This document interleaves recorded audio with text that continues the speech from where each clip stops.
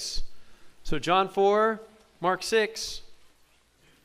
One other announcement, ladies. The women's Bible study has resumed, and they'll be meeting Tuesday at 7 p.m. And also Wednesday at 10 in the morning, not 10 p.m. So, and you can pick up a lesson if you don't have one in the church office and find out details about that. So, John chapter 4 in our Bibles, and we're going to pick up in verse 43. John 4 at verse 43.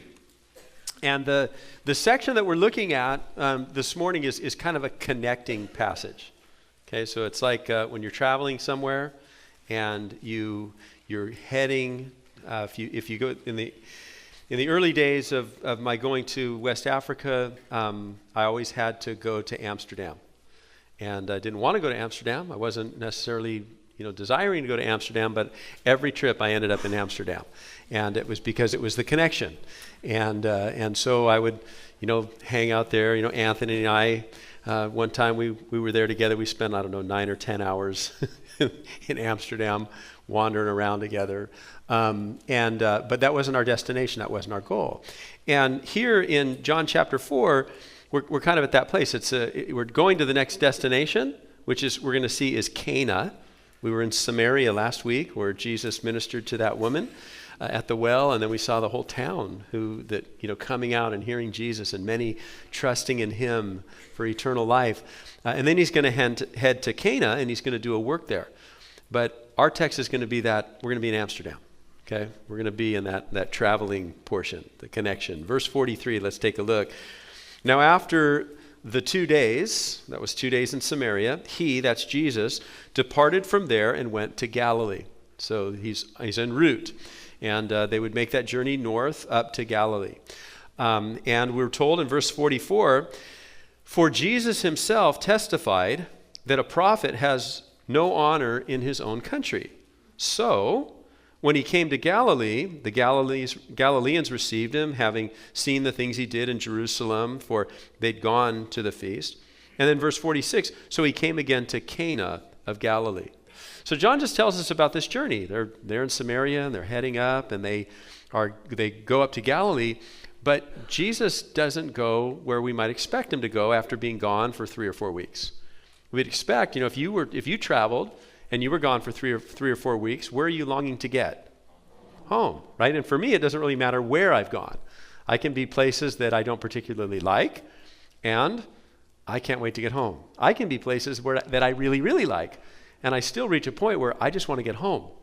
It's comfortable. I love here. I want to be here. And so for Jesus, he's been gone for a little while, and they're starting to head back up, but he doesn't go home. Doesn't go to, where was his home? Nazareth. He didn't go there. Instead, he went over to Galilee, and specifically he hit this town, he'd been there before, called Cana. That was the place where he turned the water into wine, his very first miracle. And he goes back to Cana and does ministry there. And John gives this little statement explaining why Jesus didn't go home. It's found in verse 44. He says that Jesus himself testified, and here's his testimony, a prophet has no honor in his own country. Jesus didn't go home. He says, well, because a prophet has no honor in his own country. John just makes reference to Jesus having told him that in the past. What I want us to do is take a journey from here in John chapter 4, and we're going to move over to Mark 6, and we're going to see the details behind the statement that Jesus made that John refers to, that a prophet has no honor in his own country. So over in Mark chapter 6, and we'll look at the first 6 verses together. We read, verse 1, Mark 6, then he, that's Jesus, went out from there and came to his own country, that's Nazareth, and his disciples followed him. And when the Sabbath had come, he began to teach in the synagogues. So Saturday was their day of rest, and it was the day that they would do, much like we're doing here today. They would gather together at synagogues, which functioned like our local church. And Jesus arrived there, and he began to teach in the synagogue. And many, hearing him, were astonished. And they said, where did this man get these things? And What wisdom is this which is given to him that such mighty works are performed by his hands? So they're hearing Jesus teach, and they're shocked. They're surprised. Like, where does he get this kind of knowledge? How does he know these things? And then they start thinking about the stories that they've heard of the things that he's done, the miracles that he's accomplished, and they're surprised by it. Keep reading. They say, verse 3, "Is this not the carpenter, the son of Mary, the brother of James, Joseph, Judas, and Simon? And are not his sisters here with us?" And so they were offended. And the word offended means to stumble. So they were stumbled by him. But Jesus said to them, and here's a statement, "A prophet is not without honor except in his own country, among his own relatives, and in his own house." So here's the setting in which Jesus makes that statement. And now it's explained for us by Mark. Verse 5, "Now he," that's Jesus, "could do no mighty work there, except that he laid his hands on a few sick people, and he healed them." That's quite a statement. He could do no mighty work there. Now, the word "he," that's a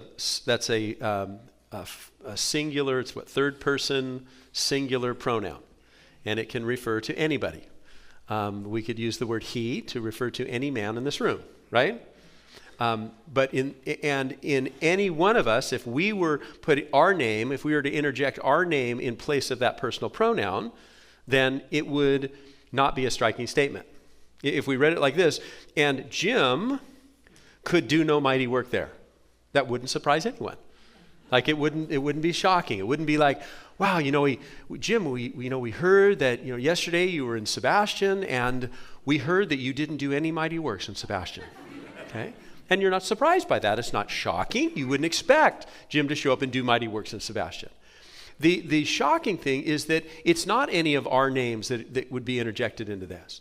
It's Jesus. This pronoun's referring to Jesus. It's saying Jesus did no mighty work in Nazareth. And that is a shocking statement. And the reason it's a shocking statement is because Jesus did mighty works everywhere he went. Right? I mean, the Gospels record for us the mighty works that Jesus accomplished in the lives of people that he encountered. Now, John, by his own words, and we've seen the verse quite often, at the end of his gospel, he says, listen, we're not attempting to tell you everything Jesus did. Okay, the Gospels are in no way an exhaustive list of the mighty works of Jesus. They are hand-selected with purposes in mind. And the Gospels record at least 37 miraculous things that Jesus accomplished. Over 24 of those were divine healings on people who had been afflicted with some of infirmity or another. And we read of Jesus doing these miraculous things, these mighty works. That was what his custom was. Now, of the mighty works of Jesus, some of the more common ones were that Jesus ministered to people who were afflicted. And we read about him ministering to them in at least 3 ways. Number 1, Jesus would come to people and he would miraculously heal their affliction.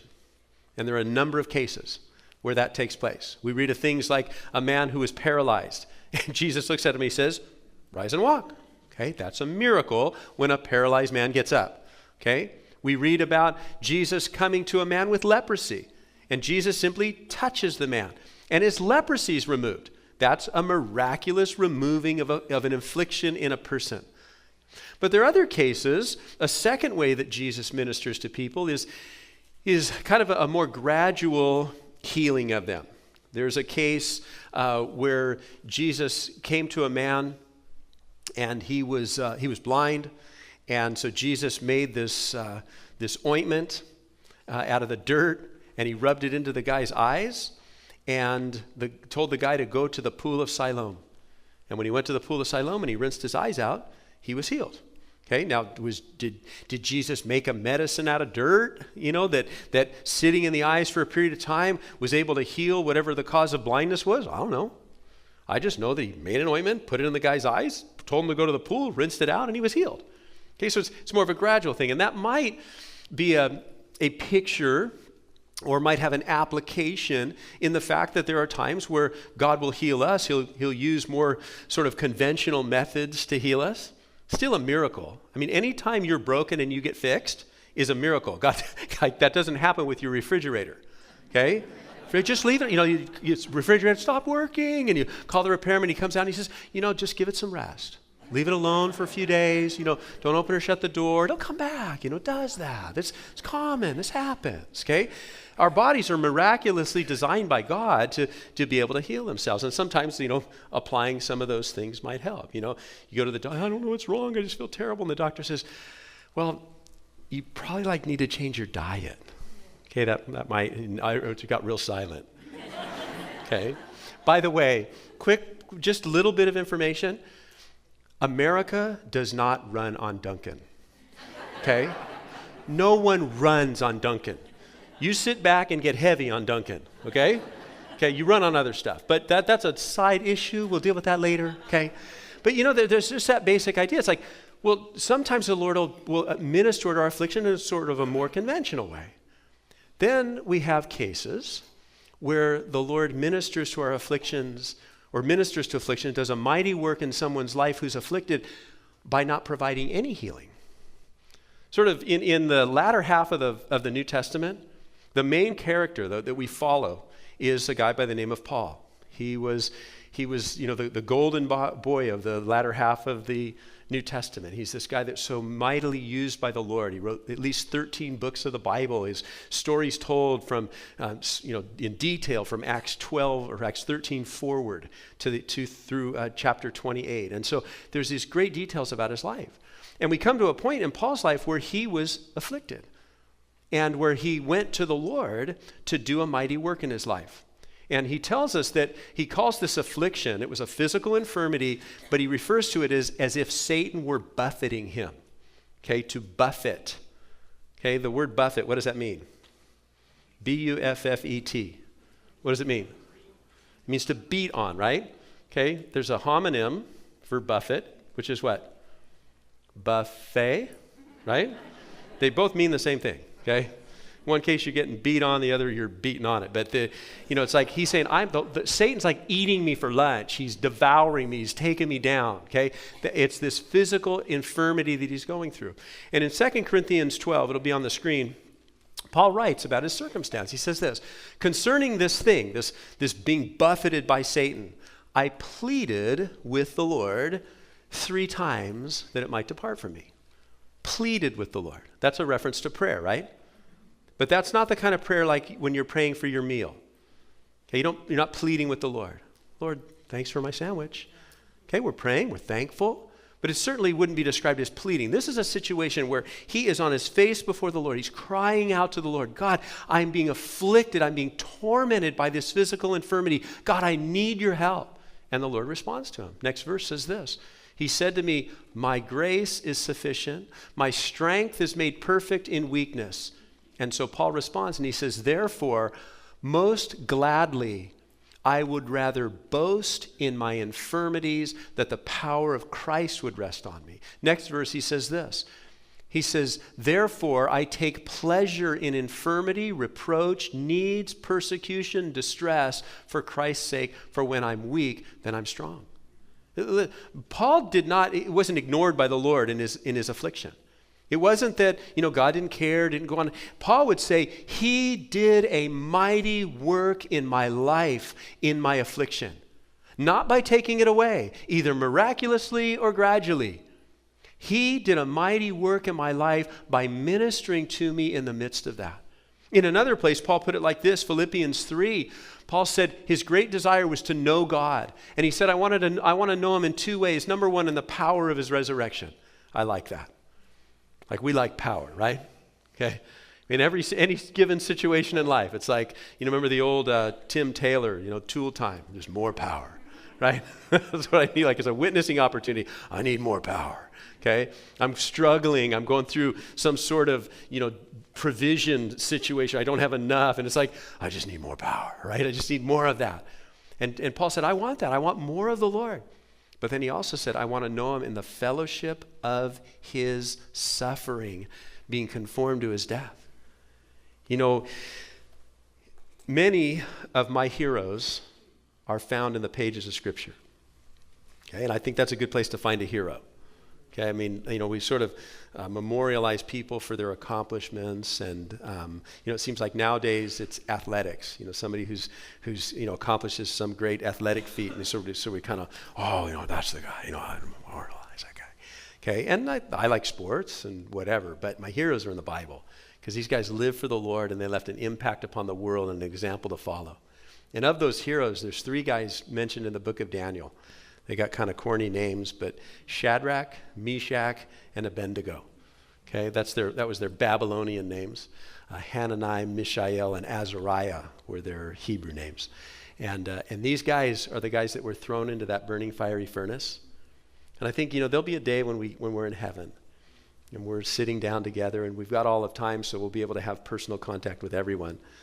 I'm hoping for that day when I get to sit down with those 3 guys. I used to ask them, hey, so tell me, what was your worst day ever? And I look back and go, did you not read my story?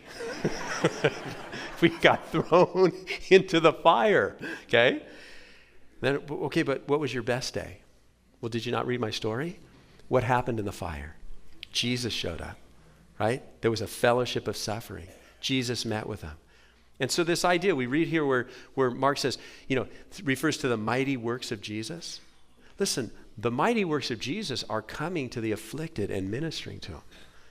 There are other very common mighty works of Jesus in the New Testament. We find that Jesus encountered people who were being plagued by the devil. There was this demonic activity in their life. And sort of the most common symptoms of a person in the New Testament who was being, oppressed by the enemy there were these physical symptoms. We read about a guy who fell on the ground and he would have like a seizure, and had even attempted to throw himself into the fire. And when the New King James Version was translated, this is like in the late 70s, early 80s, they used the word epileptic. Now, it's not saying that person had epilepsy. What it's saying is that word was chosen because we understand that seizure. If you've seen that, if you had to experience that and you know what's going on, he's saying, well, that because they didn't know epilepsy 2,000 years ago. Okay, he's saying this activity, what he was acting like was like that. There was this physical contorting of the body and a loss of control. And that the person even attempted to throw themselves into fire to end their life because the suffering was so great. There's another case we read about. The most famous demoniac in the Bible is that guy Legion. He's the crazy naked guy. And he's the one that would scrape and cut himself. He had scars all over his body, and he screamed out in agony. He was in torment. He was suffering. And it was because of this demonic activity in his life. Now, the Bible tells us the way in which the devil works. And that the devil always focuses on weakness in a person's life, and that's what he targets. So it's like he sizes you up. Remember that verse in Job where God says to Satan, he says, what have you been doing? And Satan says, well, I've been wandering about the earth, walking to and fro. And the terminology that he uses is like the terminology that a military leader would use as he examined an enemy. So it's like, I'm sizing you up. like I'm looking for your weakness. Like when Joshua was looking at the walls of Jericho and trying to figure out, how are we going to attack these guys? How's this going to happen? And he's sizing it up. That's what the enemy does. He sizes up. He looks for weakness. And he always attacks the weakness. That's what he does. That's his MO. Remember when Jesus is in the wilderness. He fasted for 40 days. And the very first temptation that Satan throws at him is turn rocks to food. Right? Why? Because if you fast 40 days, you're hungry. Okay, he attacks the weakness. That's what the devil does. And so today, some of the more common symptoms of a person that's being oppressed by the enemy is their areas of weakness are being attacked. And so you got a person who's struggling with some sort of a substance abuse and you can't get rid of it. You can't be freed from it. And you hear stories about other people and they've come to Jesus. He's done a mighty work in their life. He's set them free, and you're struggling with it. Well, the devil's attacking. I'm not saying that there's a demon of alcohol. Alcohol is not a demon. Alcohol is poison, and what you're doing is you're poisoning your brain with it, okay, and other parts of your body. But what the devil does is he comes and attaches to that, and he attacks. Same thing would be true if you had a weakness with lust, or even if you had a weakness with like a depression. He's going to attack that. That's what he's going to hit. That's what he's going to go after. And so there's that tormenting, that attack. But we read in Scripture that time and time again, people that are under this attack, that is spiritual, and Jesus comes in and he sets them free. What a mighty work. What a work when a person who is held in bondage to that weakness is set free from it. One more common mighty work of Jesus is that Jesus would meet the needs of those that followed him. You know, I think about the disciples, and I think about what those guys gave up to follow Jesus. And you know, Matthew was a very wealthy man, a very successful man. It seems that Peter, James, and John were very successful. It seems that their fishing business there was a success, that they weren't just struggling to make ends meet. And they left everything and they started following Jesus. And when they left everything and started following Jesus, they now had very little. Jesus described to them when, you know, foxes have holes to sleep in, and birds have nests made out of twigs and trash to sleep in. And he said, I don't even have that. I don't have anywhere to lay my head. Okay, now that's not a big invitation, is it? That's not like you go, I don't want any of those three. I don't want nowhere. I don't want a bed full of leaves and trash, and I don't want a hole in the ground. I don't want to live in any of those places. Okay, Jesus is saying this is going to be very simple. We're not going to have much following me. And they didn't. And there were times that as a result of not having much in following Jesus, they came to places where their basic needs weren't being met.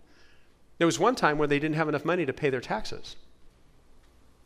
And so Jesus said, here's what you need to do. Go down to the lake, catch a fish, and bring it back here. They caught a fish, they brought it back, they opened it up, and tax money's in the fish. That's awesome. It's like, wow, here it is. Lunch and tax money. Okay, he provided for them. There are very few stories that are recorded by all four gospel writers. Okay, there's only a couple of them. And one of those is the feeding of the 5,000. Every one of those guys thought it was important to tell that story. What is behind that story? Well, there were 5,000 people, and they were hungry, and all we had was one lunch. Okay, 5 loaves, 2 fish. That was a good sized lunch. You know, a couple people could eat it. And the Lord provided enough to meet the needs of every single person that was there. What is the mighty work that Jesus does? Well, he meets the needs. He provides provision for those in need. He does mighty works. That's what Jesus does.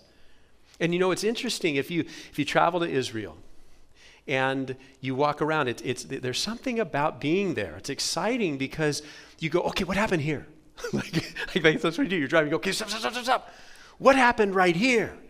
Okay, and this last time when I was there in November, and we hiked up on this hill, and we're overlooking. We're in Philistine country, and we are where the Philistine army would have camped to do battle against Saul and his army, and that was when Goliath would walk out into the field, and then David came down to fight him. And we're standing there. You could see the whole layout where the Philistines camped and how their army would have approached and the route that Goliath would have taken down this hill out into and how David would have come down from the other hill. You see the whole thing. Oh, that happened right there. There's another area we're driving and we stop and we're looking out over this plain, and it was the place where the sun stood still when Joshua and the guys were out in that battle, and the sun stopped for a period of time in the sky. We drove by Joppa. Joppa was where Peter went and preached to Cornelius and his family. The whole family got saved, and that was the first time where the apostles began to see that the gospel was not just for this little isolated part of the world, but it was for the whole world. Went up in Capernaum, standing at the very site where Jesus called Peter, James, and John. Put my feet in the very water where those guys would have fished and caught nothing, and then followed Jesus and caught men. And so everywhere you go, it's like, oh, this is awesome. What happened here? What happened here? But then you know what? When you pull up to Nazareth, what happened here? Nothing. Nothing. Imagine that. Imagine that. How it's just, he could do no mighty work there, except he healed a couple of sick people, but nobody even felt it necessary to give details of that because it was such a minor thing. That to me is striking. The same Jesus that healed afflicted people and ministered to them in their suffering. The same Jesus that set people oppressed of the demons free. The same Jesus who provided for the needs of those who were at want. The same Jesus could do nothing in Nazareth. We're told why Take a look with me. Verse 6. We read, and he, that's Jesus, marveled because of their what? He marveled because of their unbelief. What was the cause of Jesus doing nothing in the lives of those in Nazareth? Unbelief. Okay? They didn't believe. The word unbelief, it's the word for faith, and then it has the negative prefix in front of it. Okay? So it's the word, it's like, what's necessary in order to see God do mighty works in our life? What's necessary? Well, faith. Faith's necessary. Okay? And these guys had the negative prefix in front of faith. They had no faith. Now, faith is an interesting word. It's one of those words that we've really mysticized. And it's kind of, we've created this sort of really ambiguous idea of like what faith is. Like if you were to say, well, what is faith? Well, it's and we like, what is this thing? We've done the same thing with love. Like love is so confused. We think of it as if it were like an emotion. Okay, love is not emotion. Love is an action that we choose to express to others, and that when we express that action towards others, then the emotions catch up with it. Okay, and that's why sometimes marriage is so difficult, because we stop doing the actions, and as a result, the emotions kind of wane. And if we get back to doing the actions, get back to making the investments of love action to one another, the emotions will follow. Okay? But we mysticize it. We make it ambiguous. And the same thing we do with faith. We think of faith as like something inside. Like, I'm feeling it. Oh, here it comes. Here it comes. Ooh, my faith is coming. Okay? Listen, the word faith, let me give you a synonym. Trust. Trust. Here's what faith is. Faith is God makes a statement, and I choose to believe that that statement is true and act upon it. That's what faith is. And these guys all around Israel, walking around, especially in the area of Capernaum where Jesus made his base camp and did many of his miracles. What happened was Jesus made statements and people chose, I believe that's true, and then they acted upon those things. And so you had a leper that heard about how Jesus was the Son of God and that he was a miracle worker and he could do a work in his life. And so the leper went to Jesus because he believed that was true. And he saw Jesus do a work in his life. And you had a group of guys, and they had a friend who was paralyzed, but they had heard that Jesus was the one that could heal their friend, that could do a work in his life, that could change his life. And so they carried their friend to Jesus. You have a man whose son is sick, so sick he can't even bring him. So he goes to Jesus, and he says, listen, I need you to come heal my son. And Jesus speaks, and his son is healed. You see, it was that belief, that trust that Jesus was who he said he was and would do what he said he did or would do, and they acted upon that, and they saw him do a mighty work in their life. That's what faith is. Let me share a couple of verses with you. On the screen, Hebrews 11. Without faith, it's impossible to please God. Okay? So, faith is the means by which we interact with God. Okay? Because, that's what the word for means, look at it. Because he who comes to God must believe that he is, and that he is a rewarder of those that do what? Diligently seek him. Here's the idea. Here's what the writer of Hebrews is saying. Listen, if you want to interact with God, you want to have exchange from him, you want to see him meet the promises that he makes in his word, here's what you need to do. You need to trust him. And if you trust him, it will evidence itself in you diligently seeking him. That's the proof. So you go, well, here's my situation. I feel like I am being oppressed by this. I've got this area of weakness, and I constantly struggle with it, and I don't seem to be able to get through it, and it's my constant pitfall. Every time I try to walk with the Lord, and I just constantly fall into this. Well, here's the deal. Jesus wants to do a mighty work in your life. How are you going to see that mighty work accomplished in your life? You are going to take his promise that he said he can set you free, and you're going to diligently seek him. Lord, I'm trusting that you're going to set me free from this, and I'm going to pray and seek you to set me free from this until I'm set free, and God's going to do it. That's what he does. And if outside of Nazareth, people are all going, no, I can't believe look what Jesus did in my life. This is incredible. And in Nazareth, they're going, oh, I don't know. I'm just not sure. I don't think he can do that. Okay? And so they didn't see it happen. They didn't trust. Let me say one more thing about faith before we move on. This is James chapter 1. James is talking about faith, and he says that we need to ask in faith. So when we diligently seek him, we need to ask with faith. And then he says, with no what? Doubting. So doubting and faith are contrasted, right? Okay, and he goes on to say that the person that doubts is like a wave driven by the sea. And the next verse, I didn't give it to the guys, but it says that you'll let not that person think he'll get anything from God. Okay, so there's this contrast between faith, trusting in the promise, and doubt, not trusting the promise. And here's what we think. We think, okay, what I need to do is I need to get some faith thoughts going. So I believe. You know, who was that kept doing that thing? I believe. What was that, Miracle on 34th Street? Okay, I believe, okay? And we think that we need to do that, or there's no place like home, or whatever. And, you know, we got to get these faith thoughts all worked up in us, okay? And we do good, and I'm positive thinking and faith thoughts, and God can do it, and He's going to fix this, He's going to help me, and then something happens, and we get a doubt thought. And we think that the doubt thought erases. It's like building a sandcastle of faith. We build it all up and it's getting going. And then a big wave we didn't expect comes in and washes it. Oh no, all my work. Okay, I'm going to start again with all my faith thoughts. That's not what he's saying. He's not saying that doubt comes in and erases faith. Let me illustrate it this way. Let's imagine that you and a buddy decide you're going to drive up a mountain. So we know we're not where? Florida. So we drive up a mountain. And there's a sheer cliff on one side of this mountain, and people have set up rappelling off the side of the cliff. So you're like, we're going to go rappel off this cliff. So you get up, you park, you wait in line. They put the harness on you, 3 people in front of you, and you're waiting. How do you feel? Afraid and excited, right? And you get closer and closer, and then it's your turn. You're hooked up. They're hooking the harness to the rope. You're looking down like, oh my God, are you kidding me? Like, there's not even, blow up rafts at the bottom. Like, come on. And you're looking, you're just about ready to go. And right then your buddy just goes, nope, and unhooks and takes off the harness and walks over and gets in the car. Okay? I'm not doing this thing. And you're there.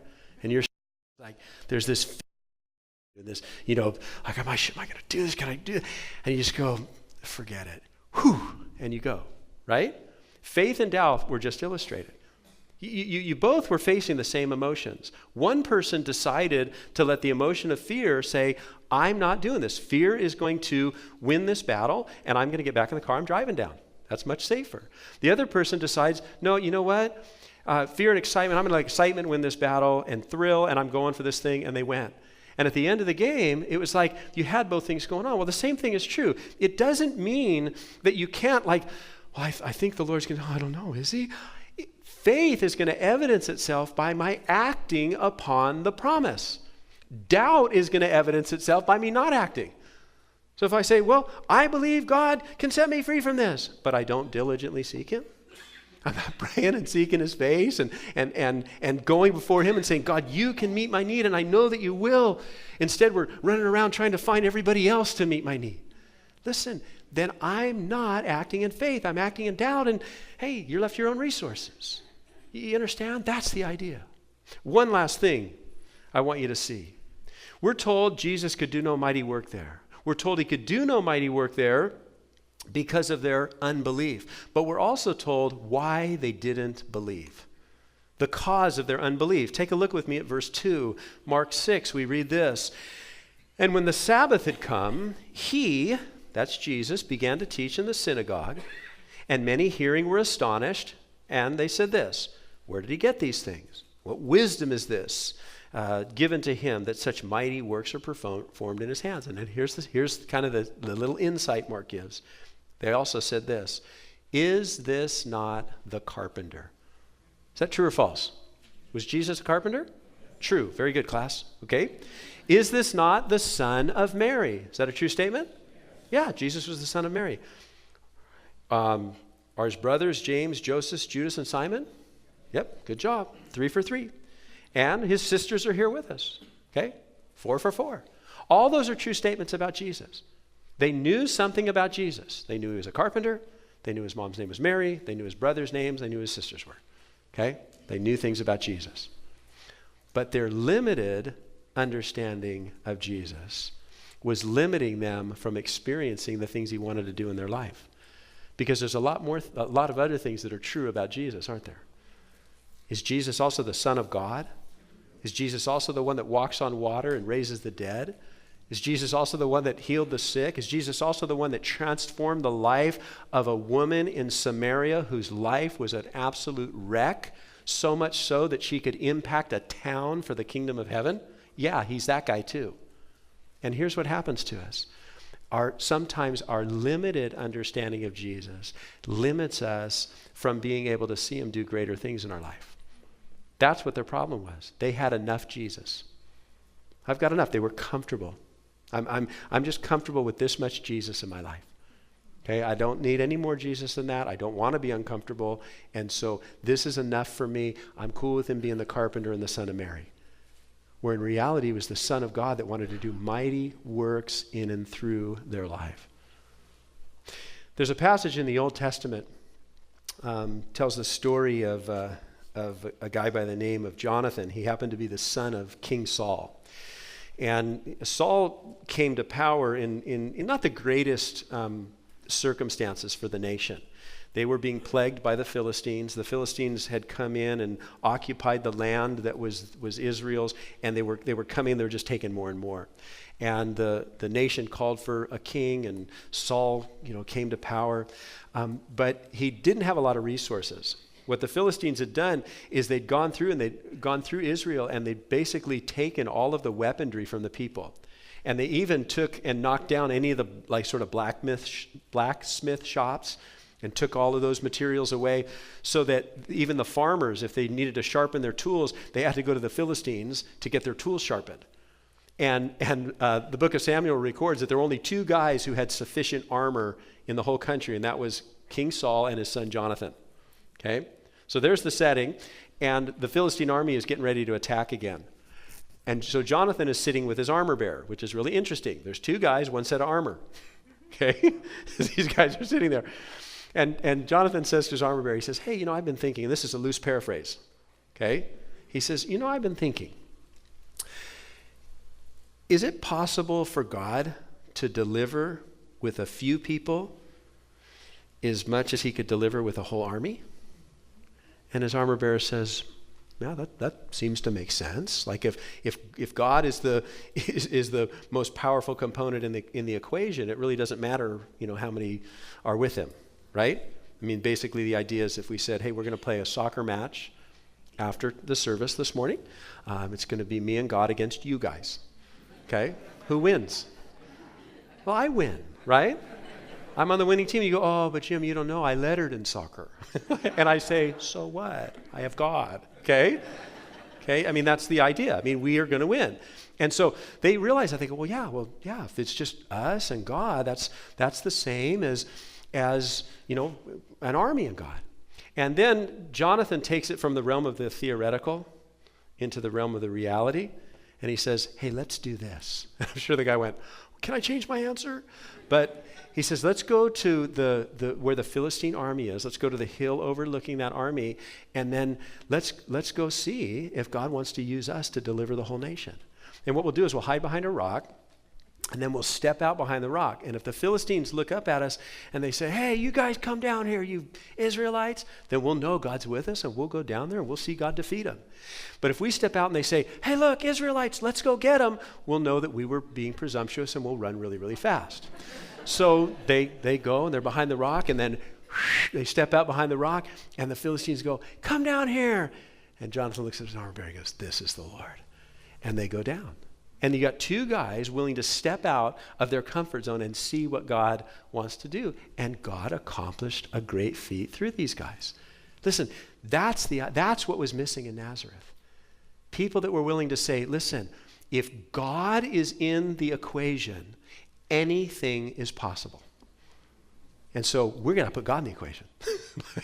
We got to diligently seek him. We got to get before him and just say, God, you've got to do this.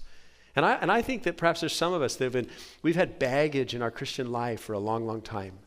That it's time to just go, okay, Lord, if you're God, if you're real, you can remove this. You can give me victory. You can change my life with this thing, and it doesn't have to hold on to me any longer. And you can move forward. But you got to be willing to trust him. You got to be willing to say, hey, with all the trepidation, all the different emotions, I'm still going to act in faith rather than